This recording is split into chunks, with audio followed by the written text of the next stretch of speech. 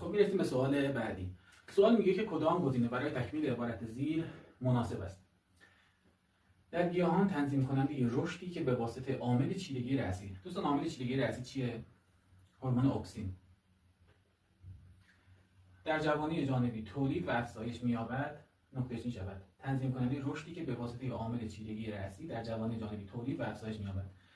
هورمونی که تحت تاثیر اکسین تولید و افزایش می‌یابد هم هورمون چیه؟ اتیلن.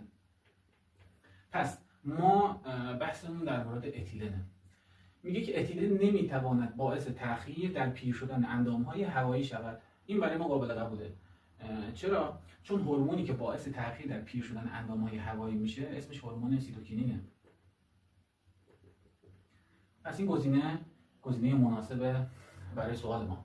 اما با گزینه‌های دیگر هم بررسی می‌کنیم. گزینه دو میگه میتواند سبب ایجاد ساقه از یافته‌های تمایز یافته شود. اتیلن آیا میتونه این کار رو انجام بده؟ نه. ببینید وقتی که همونطور که می‌دونیم وقتی که نسبت سیتوکینین به اکسین بالاتر بره سبب ایجاد ساقه از یافته‌های تمایز یافته یا همون کال خواهد شد. پس این هم مربوط به اتیلن نیست و مربوط به سیتوکینینه. گزینه سوم میگه نمیتواند باعث تحریک تولید آنزیم‌های تجزیه کننده دیواره یافته‌ها شود.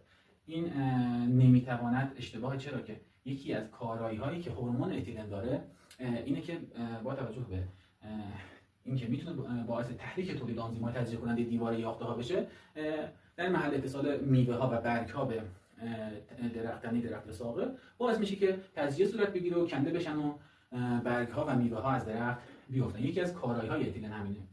پس این گزینه هم به همین خاطر نادرسته، میتواند درسته. گزینه 4 میگه میتواند در شرایط نامساعد سبب کاهش تحرک و مانع رویش دانه‌ها شود که اینم مربوط به هورمون ابسیزیک اسید.